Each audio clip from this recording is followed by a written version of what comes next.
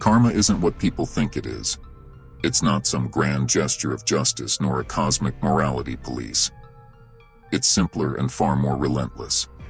Karma is balance, the invisible force that tips the scales when you least expect it.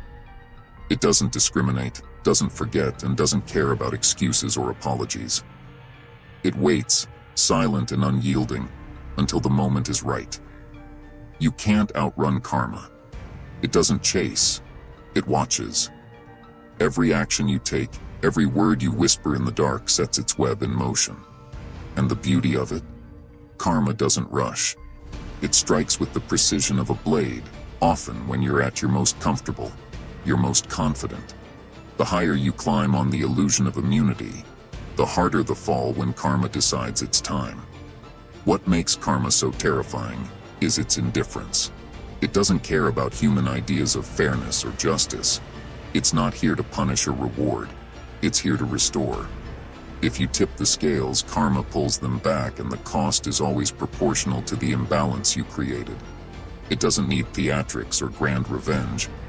Sometimes the quiet regret, the sleepless nights, and the haunting memories are punishment enough.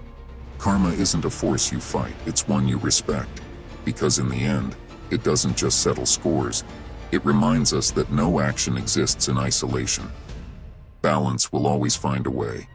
People love to blame the rain, don't they?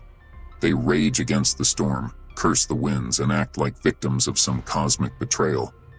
But here's the truth they refuse to see. They summoned those clouds. Every lie they told, every selfish choice, every fear-driven decision, it all fed the storms swirling above them. Storms don't just happen. They're built, one small action at a time. Most people don't even realize they're doing it. They follow convention, stick to the rules society hands them, thinking it'll keep them safe. But comfort is a trap. Convention lulls them into a false sense of security, making them believe that if they stay the course, they'll avoid the chaos. Instead, it's the very thing that binds them to mediocrity, feeding the storm until it's too big to ignore. Breaking free requires defiance. It takes courage to question the patterns, to step outside the circle and face discomfort head-on. It's easier to stay in the illusion, to pretend the storm isn't their fault, but that only strengthens the chains. Real change demands that you confront the truth. Your actions, your choices, your complacency are the architects of your suffering. Freedom isn't found in avoiding storms. It's found in dismantling the patterns that create them. To rise above, you must stop blaming the rain and start owning the clouds you've called forth. Only then can you walk into the sunlight unshackled. Power isn't in striking back. It's in knowing when not to. People expect reactions. They thrive on chaos, on pulling strings and watching others dance. But the true masters of control are those who resist the urge to respond, who choose silence over chaos and restraint over retaliation. Silence isn't weakness. It's the sharpest weapon you can wield. It starves their ego, leaves their manipulations to wither, and forces them to confront their own insignificance. They want your anger, your defense, your energy, because it validates their importance. When you don't give it to them, when you stay calm and still, you shift the balance of power entirely. Reaction is predictable, it's what they expect. They bait you with insults, push your buttons, waiting for you to lash out. But restraint? That terrifies them. Restraint is the calm in the storm, the stillness that reflects their chaos back at them. It's refusing to be their puppet, cutting the strings with nothing more than indifference. Power isn't about dominating others. It's about mastering yourself. It's knowing that every response you give is a choice, a piece of your energy, your control. When you hold on to that power, when you refuse to let them dictate your state of mind, you become untouchable. True power lies in restraint, because nothing is more unsettling to those who seek chaos than a force they cannot provoke. Choice feels like freedom, doesn't it? That moment where every door seems open, every path yours to take. But here's the catch. With every choice comes a chain, an invisible weight that tightens the second you decide. Freedom isn't the absence of chains.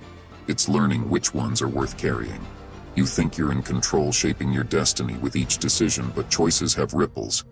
They extend into corners you can't see, creating consequences you never expected.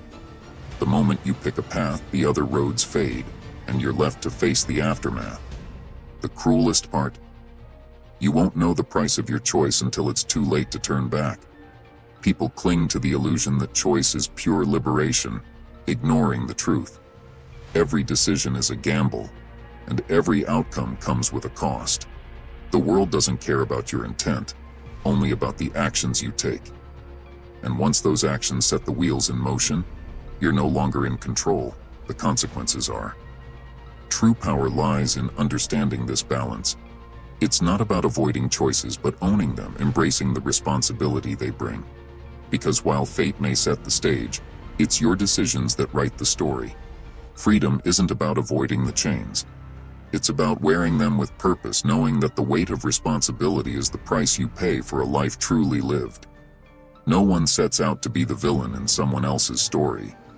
But here's the truth. People need their villains. They need someone to blame for their failures, their unhappiness, their chaos.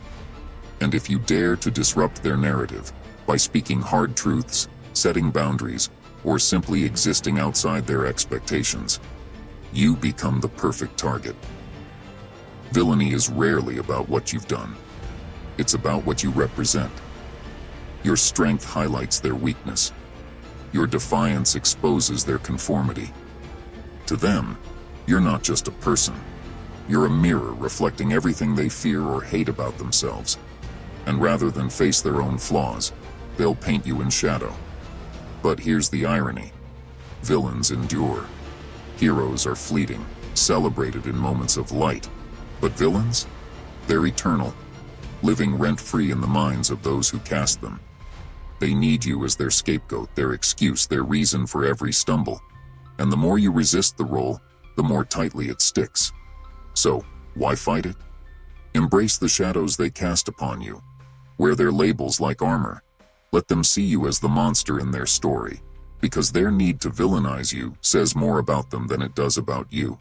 You don't owe them an explanation or a rewrite of their script. Let them rage. You're not here to be liked. You're here to live unbound.